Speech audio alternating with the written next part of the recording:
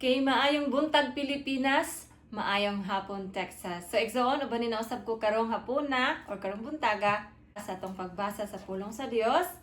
O ganian na kita sa ikaduhang Samuel chapter 4. So igsoon kung nakay Biblia giawhag ta ka nga kuhapon no ano atong basahon sa dungan. Okay, so before ta magsugod, uban ni ko igsoon og magampot ta. Dalaygon og mahimayaon namo nga Dios, Lord, kami nagaduol diha kanimo Ginoo ug nagpaubos kami o God sa mong kasing-kasing diha kanimo Lord. Ikaw Ginoo mong ginaawha nga mamuhat karon sa amoang pagbasa sa imong mga pulong o God, and I pray Lord nga imong balang espiritu gayud may makikistorya ka namo Lord samtang kami magatuon sa imong pulong o God. Lord, salamat sa imong pagabuhaton karon, dalaygon ikaw. Og salamat Ginoo ikaw magapanalangin sa tanan nga mga nan-aw ani nga video o God. O iban lang tibok panimalay Lord. Salamat kay Ginoo ikaw magatubag sa ilang mga pag-ampo, ikaw Ginoo magatubag o magahatag Ginoo sa ilang mga panginahanglan sa matag adlaw. So Lord, thank you kaayo dalaygon ikaw. In Jesus name I pray. Amen and amen. So igsoon atong sugdan kay nana sa chapter 4 sa ikaduhang Samuel. Okay, giuluhan kini gipatay si Isboset, no? Si Isboset.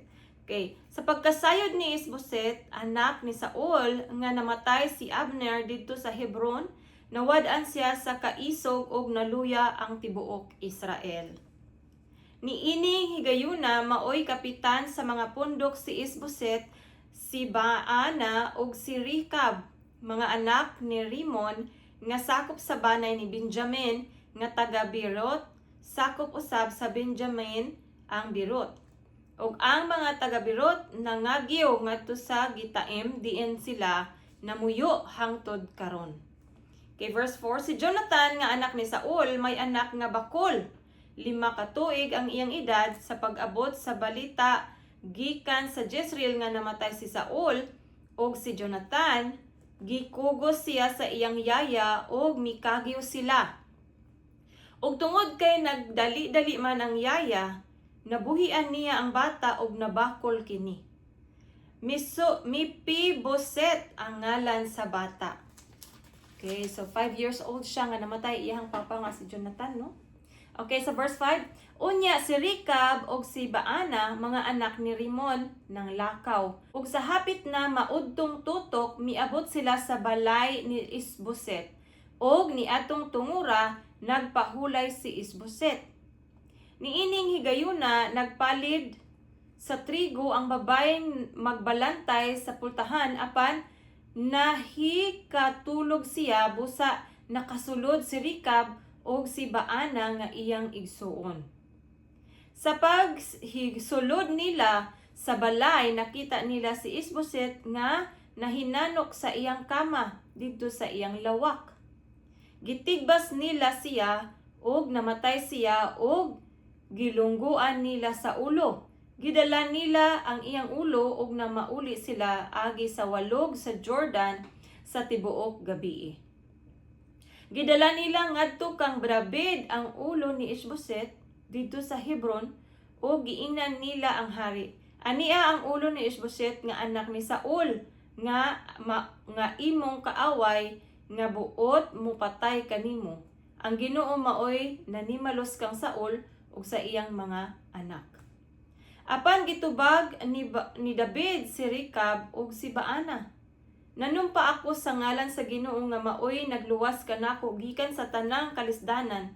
Ang nagsugilon kanako nga patay na si Saul ug nagtuo nga maayo ang iyang balita kanako akong gipatay dito sa Ziklag isip ganti sa iyang gipabalita kanako. Labaw pa niini ang akong buhaton sa mga taong dautan nga sama kaninyo.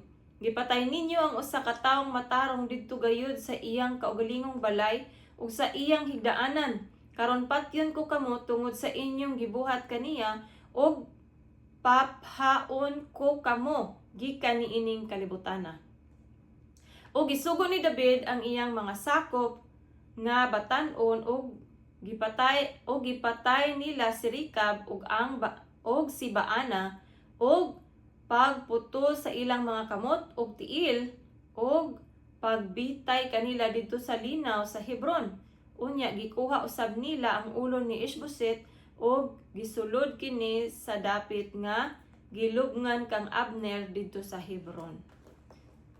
Okay, so mao to ang chapter 4 igsoon. So dili basta-basta ilahang mga experience, no? Kanang kuan jud kay ilaha dito sa una kanang murag grabe ang mga kanang pagpatay sa mga tao, no? Okay, so kung padayonon ang chapter 5, no? Indri si David gihimong hari sa Israel o Juda. Okay, verse 1, chapter 5. Unya miadto kang David didto sa Hebron ang tanang banay sa Israel o giingnan nila siya. Kami imong mga kadugo. Sa nangaging mga panahon nga si Saul maoy among hari, ikaw ang nangulo kanamo o giingnan ka sa Ginoo. Ikaw ang pangulo sa akong katawhan, ang mga Israelita, ug ikaw ang maghari kanila. Busa ang mga pangulo sa Israel miadto kang David didto sa Hebron ug nakigsabot siya kanila at tubangan sa Ginoo ug gidihugan nila si David ingon nga hari sa Israel. Si David nagpanuigon og 30 sa pagsugod niyag hari ug naghari siya sulod sa 40 ka tuig. Didto siya magpuyo sa Hebron samtang naghari siya sa Juda sulod sa 7 ka tuig ug 6 ka bulan. Ug didto siya mipuyo sa Jerusalem sa iyang paghari sa Israel ug sa Juda sulod sa 33 ka tuig. Unya, miadto si David ug ang iyang mga tawo ngadto sa Jerusalem aron pagbuntog sa mga Jebusihanon nga nagpuyo didto. Niadto giingnan nila si David, dili ka makasulod dinhi kay abugon ka sa mga buta ug sa mga bakol. Naghuna-huna sila nga dili gayud si David makaadto. Apan nakuha ni David ang kuta sa Sion nga karon ginganlan niyag syudad ni David. Og nag-ingon si David ni adtong adlaw, ang musulong sa mga Jebusihanon kinahanglan moagi sa imbornal sa tubig aron pag-atake sa mga bakol og sa mga buta nga gikasilagan ko pag-ayo. Tungod niini nahimong panultihon nga dili makasulod sa templo ang buta ug ang bakol. Verse 9. Og sukad niadto didto na mipuyo si David og iya kining ginganlan syudad ni David. Ug iya kining gilibot og paril sukad sa Milo. Nagdugang ang gahom ni David kay ang Ginoo ang Dios nga labing gamhanan naguban man kaniya. Si Hiram nga hari sa Tiro nagsugo og mga tawo ngadto kang David. Dala ang mga kahoyng sidro ug mga panday ug mga kantiro nga maoy mitukod sa palasyo ni David. Verse 12. Ug nasabot ni David nga ang Ginoo nagpaluyo sa iyang paghari sa Israel ug nga iyang gipasidunggan ang iyang gingharian tungod sa iyang katawhan ang Israel. Ug gidungagan ni David ang iyang mga puyo-puyo ug mga asawa gikan sa Jerusalem human siya moabot gikan sa Hebron ug nadungagan usab ang iyang mga anak nga lalaki ug mga babae. Mao kini ang iyang mga anak nga natawo sa Jerusalem: si Samua, si Sobab, si Nathan, si Solomon, si Ebhar, si Elishua, si Nefeg, si Japhia, si Elisama, si Eliada ug si Eliphelet. Makaduha buntugan ni David ang mga Pilistihanon. Verse 17. Sa pagkasayod sa mga Pilistihanon nga si David hari na sa tibuok Israel, silang tanan nangita kaniya apan nasayod si David niini og misulod siya sa kuta. Niining higayuna miabot na ang mga Pilistihanon og nagkatag sila sa walog sa Rephaim. Og nagpakisayod si David sa Ginoo, makigsangka ba ako sa mga Pilistihanon? Itugyan mo ba sila kanako? Mitubag ang Ginoo kang David. Sulunga sila kay itugyan ko gayud kanimo ang mga Filistihanon. Verse 20. Og miadto si David sa Baal Perasim og didto gibuntog niya sila. Siya miingon, ang Ginoo daw bulog sa baha mibungkag sa akong mga kaaway. Busa ginganlag Baal Perazim ang maong dapit. O gibiyaan didto sa mga Pilistihanon ang ilang mga Dios o gidala kini ni David og sa iyang mga tawo. Unya gisulong na usab sila sa mga Filistihanon ug nagkatag sila sa walog sa Rephaim. Ug sa pagpakigsayod ni David sa Ginoo mitubag siya, ayaw sila atakiha sa atubangan. Liputa sa luyo ug atakiha sila didto atbang sa mga kahoy nga balsamo.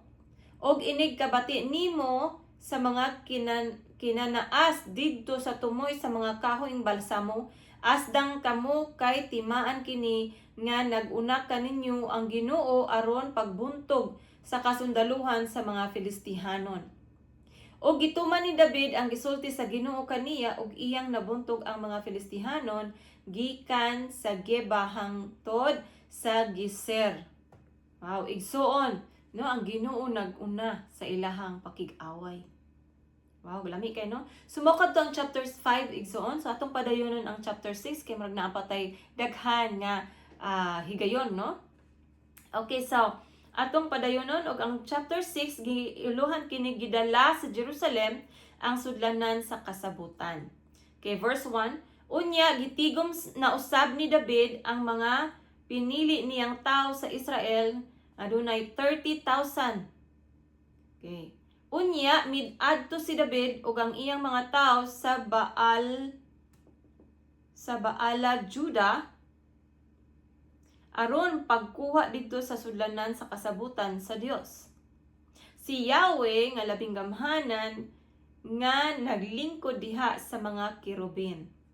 Gikarga nila ang sudlanan sa usa ka bag-ong karumata gikan sa balay ni Abinadab nga didto sa tumoy sa usa ka bungtod. Ang nagdala sa karumata nga gikargahan sa sudlanan mao si Usa ug si Ahio. Ang mga anak ni Abinadab. Si Ahio maoy nagiya sa karumata. Si David ug ang tibuok banay sa Israel naghudyaka at tubangan sa Ginoo pinaagi sa mga alawiton ug mga lira ug mga alpa, mga tambor, mga kastanyeta ug mga piyang-piyang. Ug sa pag-abot nila sa giukanan ni Nakon, gigunitan ni Usa ang sudlanan sa kasabutan kay nalupog man ang mga baka. Og nasuko ang Ginoo kang Usa. Gipatay siya sa Dios tupad sa sudlanan sa kasabutan. Nasuko usab si David kay gisilutan man si Usa sa Ginoo busa kadtong dapita ginganlag Pirisusa hangtod karon. Og nahadlok si David sa Ginoo og miingon siya, unsaon man nako nga madala kining sudlanan sa kasabutan. Okay, verse 10. Busa walay gusto si David nga dad-on ang sudlanan ngadto sa iyang syudad og gidala hinuon niya kini ngadto sa balay ni Obed-Edom nga taga-Gat. Gibilin niya kini didto og mga 3 ka bulan og gipanalanginan sa Ginoo si Obed-Edom ug ang tibuok niyang panimalay. O giingnan nila si Haring David. Gipanalanginan sa Ginoo ang balay ni Obed-Edom ug ang tanan nga iyaha tungod sa sudlanan sa kasabutan sa Dios. Busa miadto si David ug gikuha niya ang sudlanan sa kasabutan sa Dios gikan sa balay ni Obed-Edom ug gidala kini ngadto sa iyang syudad ug sila malipayon kaayo. Sa dihang nakalakaw nag-unom kalakang ang nagdala sa sudlanan sa kasabutan sa Ginoo, naghalad si David og usa ka turo og usa ka natimbaka nga tambok. Og misayaw si David taman sa ginhawa at tubangan sa Ginoo. Si David nagtapis lang og panapton nga lino. Okay, 15. Busa gidala ni David og sa mga Israelita ang sudlanan sa kasabutan sa Ginoo inubanan sa mga singgit og tingog sa trompeta. Sa pagsulod na sa sudlanan sa kasabutan sa Ginoo sa syudad ni David, si Mikal nga anak ni Saul milantaw sa bintana ug nakita niya si David nga naglukso-lukso ug nagsayaw-sayaw atubangan sa Ginoo ug wala siya mahimuot sa gibuhat ni David. Gidala nila ang sudlanan sa kasabutan sa Ginoo ngadto sa sulod sa tulda nga gibuhat ni David alang gayod niini. Gihalad ni David ang mga halad sinunog ug mga halad sa pakigdait atubangan sa Ginoo. Og sa pagkathuman ni David og halad sa mga halad nga gisunog og sa mga halad sa pakigdait, gipanalanginan niya ang mga tawo sa ngalan sa Ginoo nga labing gamhanan. Amen. O gihatagan niyag pan, karni ug torta nga may pasas ang tanang Israelita unya na mauli ang tanang mga tawo. Mipauli si David aron pagpanalangin sa tibuok niyang banay. Misugat kang David si Mikal og miingon, pagkaanindot sa hari sa Israel sa iyang pagpasidungog sa iyang kaugalingon, karong adlaw nga walay sapot atubangan sa mga babaeng sulugoon sa iyang mga opisyal. Sama ka sa buang-buang nga naghubo. O giingnan ni David si Mikal, gihimo ko kini atubangan sa Ginoo nga nagpili ka nako labaw sa imong amahan ug labaw sa tibuok niyang banay, kay gihimo ako niyang hari sa tanang Israelita nga mao ang katawhan sa Ginoo, busa maglipay ako atubangan sa Ginoo. Amen, no? Wala siya ipaki sa giingon ni Mikal. Ingon siya, maglipay siya, no? Ingon si David, maglipay ako atubangan sa Ginoo. Og himuon ko pagayong labing salawayon ang akong kaugalingon og ako tamayon mo. Unya pag-ayo apan pasidunggan ako sa mga dalaga nga giingon mo. Wala mga anak si Mikal hangtod nga namatay. Oh. Okay, so mao kadto igsoon ang chapter 4, chapter 5 ug chapter 6, no? So I hope nga naatay natun-an karong adlaw, no? Akong giganahan kaning last portion nga gihimo ni David nga sa dihang iyang gidala ang kasabutan dinha sa iyahang syudad, no? Giapilan niya og pagsyagit, no, pag-celebrate, no? Nag-celebrate siya nga madalan niya o nadala niya ang kasabutan sa iyahang syudad. Ug siya misayaw, no, nga sapot lang ang iyahang kuan ba, wala siya sapot, I mean kuan ra kanang nagtapis ra siya, no? Unya ingon siya, wala siya pakialam, bahalag kanang kuanon siya, kanang tamayon siya sa mga tao, basta iyaha nga maglipay siya sa Ginoo, no? Ang iyaha nga maglipay siya diya sa Ginoo, bahalag tan-aw sa tao sa iyaha mura siya buang-buang tungod kay wala siya sapot, no? Nagtapis ra siya, pero ang iyahang gipasidunggan ang Ginoo. So lami kay igsoon, no, nga kanang mga lagad tag Ginoo unya wala tay pakialam unsay sulti sa mga tao, basta to focus ra jud ita sa Ginoo, no? Ganahan kay ko sa gibuhat ni David, iyahang pasidunggan perminti ang Ginoo ra, bahalag tamayon siya sa mga tao, no? Kini usa ka encouragement sa tuwa tanan igsoon, no? Sa inyo hadi ang nananaw, ako na-encourage ko nga dili kay ita maminaw sa mga sugyot sa mga tao, no? Usahay malain ta makadungog tag mga dili maayo nga nabang na sila ikasulti sa tong kinabuhi, usahay murag mapandol ta unsa ba, ano, murag maluyat ta, pero atong kuan igsoon nga wala tay laing pasidunggan ang Ginoo ra di ay, no? Sama kang David, no? Wala siya pakialam sa iyang asawa to, ha, si Mikal iyang asawa nga niingon nga murag kag buang-buang nagsayo-sayo didto unsa ka nga kanang hari unya nag-ingato ka murag ingana iyang sulti ba, no? Pero ingon si David, bahalag imo kong tamayon basta maglipay ko diha sa Ginoo, no? So mo nang ato ang hinumduman igsoon nga wala tay laing pasidunggan kundi ang Ginoo lamang, no? So igsoon, salamat kay sa imong pakiguban kanako, and I hope nga ang atong nabasa karon mahitisok sa atong kasing-kasing ug hunahuna ug nga ang Ginoo magtabang nato nga siya lang yun atong pasidunggan sa matag adlaw sa atong kinabuhi. So I hope nga magkita na usab kita sa sunod higayon igsoon. Daghang salamat ug ang atong Dios maayo kaayo, buhi siya nga Dios nga atong gialagaran. So ayaw pagkawala og paglaom igsoon. Nalaygo ng Dios.